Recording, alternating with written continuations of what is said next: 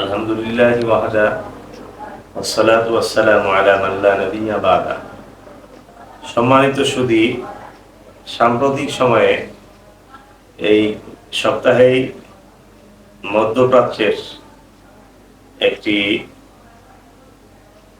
রাষ্ট্র ইরান এর president Ebrahim Raisi helicopter দুর্ঘটনায় মৃত্যুকে কেন্দ্র করে তার জানাজায় অংশগ্রহণ, তার জন্য দোয়া ইত্যাদি নানা বিষয় নিয়ে আলোচনা পর্যালোচনা, জনমনে বিভিন্ন ধরনের মিশ্র প্রতিক্রিয়া চলছে। এই বিষয়ে কিছু প্রশ্ন আমাদের সামনে এসেছে যে ইরানের যারা শিয়া রয়েছে এরা কি আসলে সবাই কাফের কিনা। প্রয়াত নেতা শিয়া নেতা রাইসি তার বিধান কি জানাজায় অংশগ্রহণের, এবং সেখানে আফগানিস্তান থেকে একটি প্রতিনিধি দল অংশগ্রহণ করেছে। এই বিষয়টি একটু দুয়াশার সৃষ্টি হয়েছে। সংক্ষিপ্ত ভাবে আমরা আজকে এই কয়েকটি প্রশ্ন নিয়ে আলোচনা করছি। পরবর্তীতে ইনশাআল্লাহ এই শিয়া মতাবলম্বীদের নিয়ে, ফেরকা নিয়ে, তাদের মতবাদ নিয়ে আমরা আলোচনা করব। প্রথম যে বিষয়টি, যে শিয়ারা তারা সবাই কাফের কিনা। শিয়াদের মধ্যে নানা দল উপদল রয়েছে, অনেক দলমত তাদের মধ্যে আছে। প্রথমত দুই ভাগে বিভক্ত, মৌলিকভাবে শিয়া দুই ভাগে বিভক্ত। একটা হলো আহলে তাশাইয়্যু কুবরা, শিয়া বড় দল, আরেকটি হলো আহলে তাশাইয়্যু সুগরা। মৌলিকভাবে বলতেছি এই দুইটি দল, অর্থাৎ ছোট শিয়া দল। আহলে তাশাইয়্যু কুবরা মূলত যারা যারা কোরআন বিকৃতিকে বিশ্বাস করে, যে কোরআন যেটা এখন আছে বর্তমানে, এই কোরআন আসল কোরআন নয়, এটার মধ্যে বিকৃতি সাধন করেছেন সাহাবায়ে কেরাম, নাউযুবিল্লাহি মিন যালিক। এবং তাদের মৌলিক অনেক আকীদা আছে যেগুলো সরাসরি কুফরি, কোরআন এবং সুন্নাহ বিরোধী। যেমন জিবরাইল আলাইহিস সালাম আল্লাহর রাসূলের কাছে ভুলে ওহী নিয়ে আসছে, মূলত ওহী নিয়ে যাওয়ার কথা ছিল হযরত আলীর কাছে, নাউযুবিল্লাহ। এবং তারা হযরত আলীকে আল্লাহর রাসূলের চেয়েও প্রাধান্য দিয়ে থাকে, এবং আম্মাজান আয়েশাকে ব্যভিচারিণী অপবাদ দিয়ে থাকে। হযরত আবু বকর, ওমর, ওসমান সহ মুষ্টিময় কিছু সাহাবী ছাড়া এই বড় বড় সাহাবী সব, অধিকাংশ সাহাবীকে তারা মুরতাদ, কাফের মনে করে। তো এটা হলো আহলে তাশাইয়্যু কুবরা, এরা সরাসরি কাফের। এদের কুফরিতে বিশ্বাস না করলে তারাও কাফের হয়ে যাবে। আর এক দল আছে যারা সাহাবীদেরকে গালিগালাজ করে না, কাফের মনে করে না, কোরআনকে বিকৃত গ্রন্থ মনে করে না, তবে তারা শুধু আফজালিয়াত, ফাওকিয়াত দিয়ে থাকে, অর্থাৎ আলী রাদিয়াল্লাহু আনহুর খেলাফতের অধিক হকদার, হযরত আবু বকর, ওমর, ওসমানের চেয়ে হযরত আলী শ্রেষ্ঠ। এই গ্রুপ বেদাতি, তারা আসলে মূলত কাফের বলা যাবে না তাদেরকে, সরাসরি এরা হলো অভ্রষ্ট গোমরা জামাত, বেদাতি।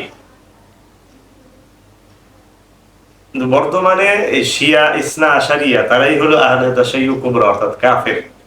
আমরা যতটুকু জানি, শুনেছি, শিয়া ইরানের রাষ্ট্র ক্ষমতায় যে সমস্ত ব্যক্তিরা রয়েছে, এখানে অধিকাংশই আহলে তাশাইয়্যু কুবরা, এই বড়, অর্থাৎ শিয়া ইসনা আশারিয়া। তাদের আকীদা খুবই খারাপ। এই হলো শিয়া সংক্রান্ত আমাদের যে আলোচনা। প্রয়াত নেতা, এই শিয়া নেতা রাইসির এই বিধান কি, মূলত সে কোন আকীদার অনুসারী এটা আমাদের কাছে স্পষ্ট না। এখন পর্যন্ত কোনো সোর্স থেকে এটা আমরা নিশ্চিত হতে পারিনি, এই জন্য সরাসরি তাকে কাফের বলতে পারছি না। তার বিষয়ে আসলে স্পষ্ট কোনো ধারণা না থাকার কারণে এই বিষয়ে আসলে আলোকপাত করতে পারছি না। তবে অবশ্যই বিদআতি, ভ্রান্ত দলের অনুসারী তো অবশ্যই, কিন্তু সরাসরি কাফের কিনা এই বিষয়টা প্রমাণিত না হওয়া ছাড়া বলা যাবে না। আরেকটি বিষয় যে এই অমুসলিম যারা শিয়া বা কাফের, তাদের শোক সভায় অংশগ্রহণ করা যাবে কিনা। এক্ষেত্রে বিধান হলো মৌলিকভাবে অমুসলিমদের সাথে কূটনৈতিক সম্পর্ক রাখার অনুমোদন রয়েছে, কিন্তু সরাসরি তাদের সাথে বন্ধুত্বপূর্ণ মহব্বতপূর্ণ কোনো সম্পর্ক রাখা যাবে না। আরেকটি বিষয়, আমরা যদি তর্কের খাতিরে ধরেও নেই রাইসি সহ প্রয়ত্নে দ্বারা মুসলিম ছিল না, তাহলে কথা হলো অমুসলিমদের শোক সভায় অংশগ্রহণের ক্ষেত্রে শরীয়তের বিধান, অমুসলিমদের শোক সভায় অংশগ্রহণ করা মূলত জায়েজ আছে, তবে এমন কোনো কাজ করা যাবে না যেটা ইসলামে হারাম। যেমন তাদের সমবেদনা জানানো যাবে, সান্ত্বনা দেওয়া যাবে, কিন্তু জানাজায় অংশগ্রহণ করা যাবে, লাশের সাথে যাওয়া যাবে, তাদের জন্য মাগফিরাতের দোয়া কামনা করা যাবে না। যেমন কোরআনে এই বিষয়ে সরাসরি নিষেধাজ্ঞা আরোপ করা হয়েছে, আল্লাহ রাসূলকে নিষেধ করা হয়েছে মুনাফিকদের জানাজায় শরীক হতে, তাদের জন্য দোয়া করতে। আর যারা সরাসরি কাফের তাদের জন্য তো অবশ্যই করার কোনো সুযোগ নাই। তবে এক ইহুদি ছেলে মারা যাওয়াতে আল্লাহ রাসূল আফসোস করেছে যে হায়, এই ছেলেটা শোক প্রকাশ করেছে, ঈমান না নিয়েই চলে গেল। বা প্রতিবেশী যদি হয় এরকম কোনো কাফের, তাদের সান্ত্বনা দেওয়ার জন্য তাদের কাছে বাড়িতে যাওয়া যাবে, তবে সরাসরি তাদের এই ধর্মীয় কোনো কালচারে অংশগ্রহণ করার সুযোগ নেই। আরেকটি বিষয় যে আফগানিস্তান থেকে একটি জামাত এই রইসির, ইরানের প্রেসিডেন্ট রইসির জানাজাতে সেখানে অংশগ্রহণ করেছে।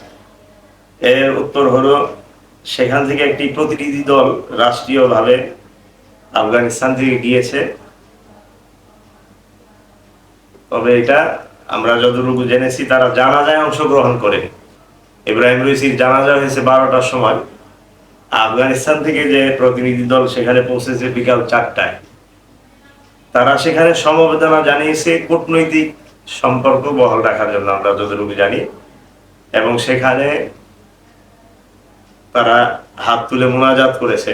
সেই মোনাজাত উচ্চ স্বরেও ছিল না, এই জন্য মোনাজাতের মধ্যে তারা কি বলেছে এই বিষয়টা অস্পষ্ট, এটা জানা যায় না, বিধায় তারা মাগফিরাতের দোয়া করছে এটা বলার কোনো সুযোগ নেই। সুতরাং তারা একটি কূটনৈতিক সম্পর্ক বহাল রাখার জন্যই জানাজায় শরীক হয়েছে, এটাই আমাদের ধারণা। সেখানে তারা মাগফিরাতের জন্য তাদের জানাজায় অংশগ্রহণ করার জন্য গিয়েছে এরকম বলার কোনো সুযোগ নেই। তো যাই হোক, এই শিয়া সম্প্রদায় নিয়ে আমরা ব্যাপকভাবে দালিলিক আলোচনা ইনশাআল্লাহ আমরা করব। আজকের এটাই ছিল সংক্ষিপ্ত শিয়াদের নিয়ে আমাদের আলোচনা। আল্লাহ তাআলা বোঝার আমল করার তৌফিক দান করেন।